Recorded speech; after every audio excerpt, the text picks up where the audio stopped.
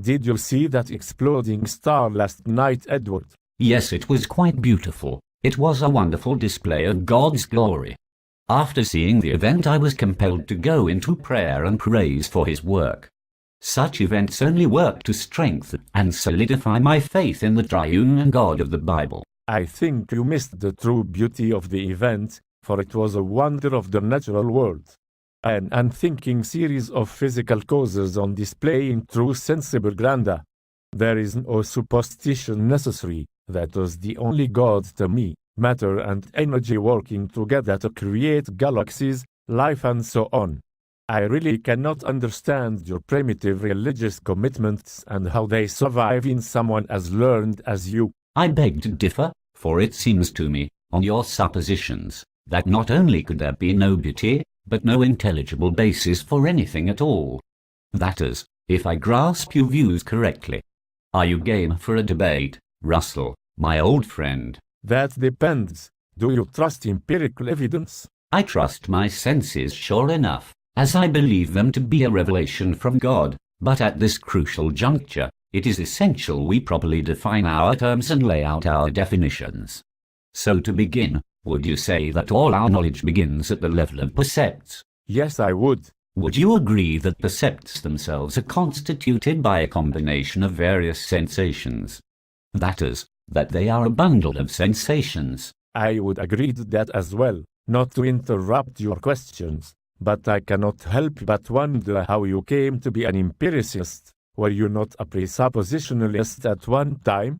You know, one of those individuals who argued that we must presuppose the Bible to have any knowledge. Yes, at one time I held that view, though I must admit that I still favor many, if not all, of that system's more foundational notions. Perhaps these will be brought up later, but for now, it will not be totally inaccurate to call me a sort of empiricist, a revelatory empiricist. So to my next question, would you consider yourself a materialist?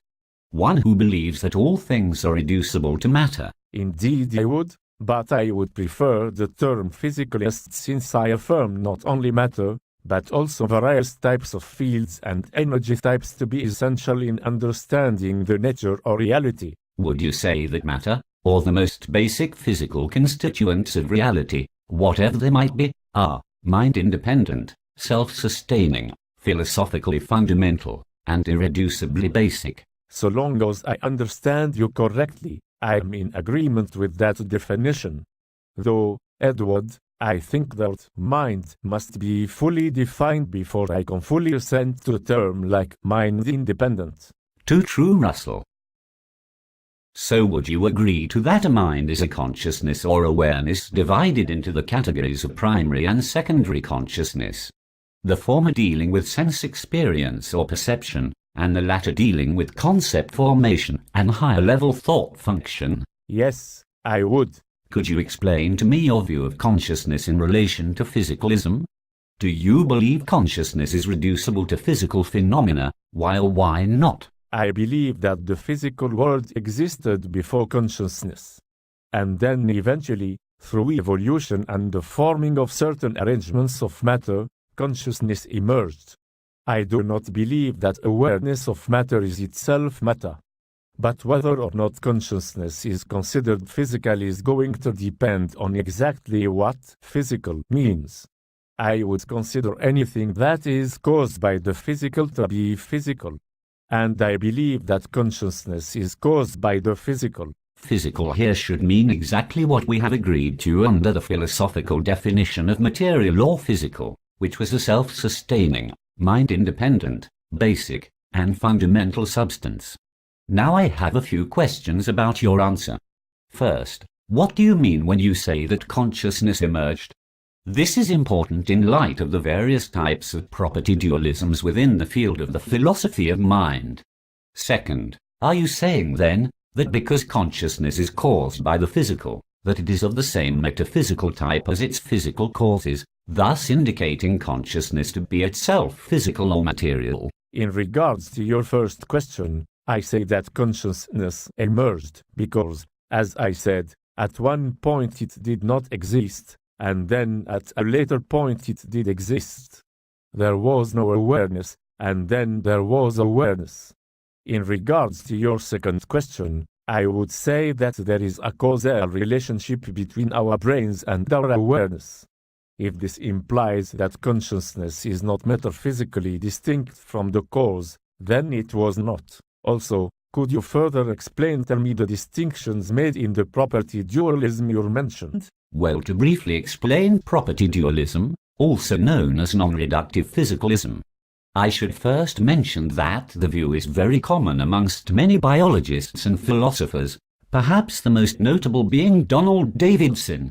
This view argues that physical properties cause or give way to mental properties, but these mental properties are not reducible to physical properties. Now, in regards to your last statement about the brain being the cause of our awareness or consciousness, I should say that I strongly contend such a notion. Though, before I give any critique, I should first know what it is you mean by the word cause. So, what is your understanding of causality? Are there real causes between objects, and why? Causality, as I understand it, is when the presence of some condition of reality necessitates some later condition of reality. This is essentially the result of things acting in accordance with their natures. As this relates to our awareness of reality, my understanding is basically consistent with objectivism. A hollow ball will float in water, a bowling ball will sink. To posit causality is to posit a connection between an entity's nature and its actions. Can you explain this further? What natures in an object necessitate certain actions? Can you give me a concrete example, using water perhaps? An entity's identity is determined by its attributes, its characteristics, its properties. An entity without any attributes does not exist. An action is an action of an entity. Without an entity, no action is possible. Actions are kind of like attributes, in that they describe how an entity will behave in a certain set of circumstances.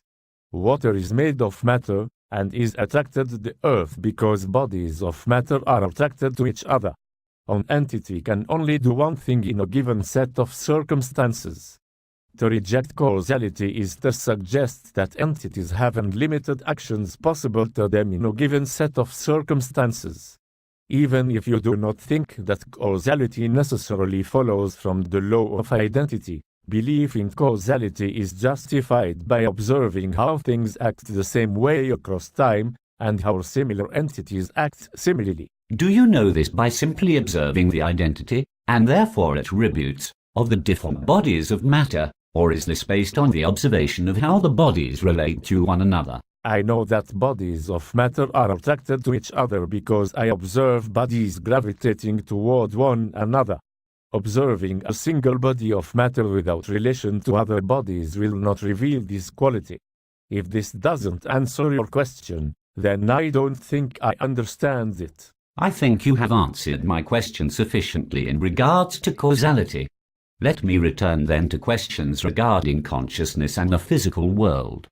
Do you believe that the mind is not metaphysically distinct from the brain, since you already affirm that it must be causally related to the brain? If mind refers to our awareness, then mind and brain are not the same thing. The possibility of a brain without awareness is the only proof you need.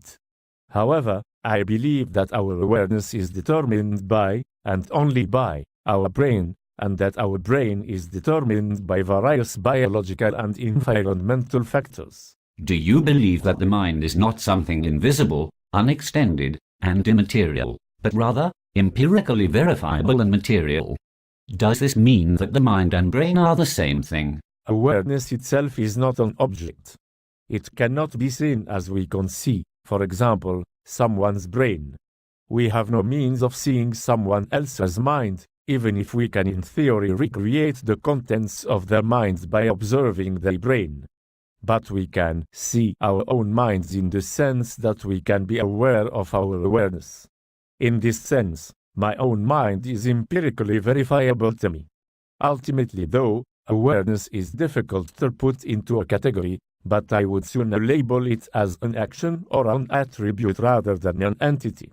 If it is an action, then are actions themselves physical? Is running itself physical? If it is physical simply because it is a process of physical substances, then by this standard I would think the mind should be thought of as physical as well.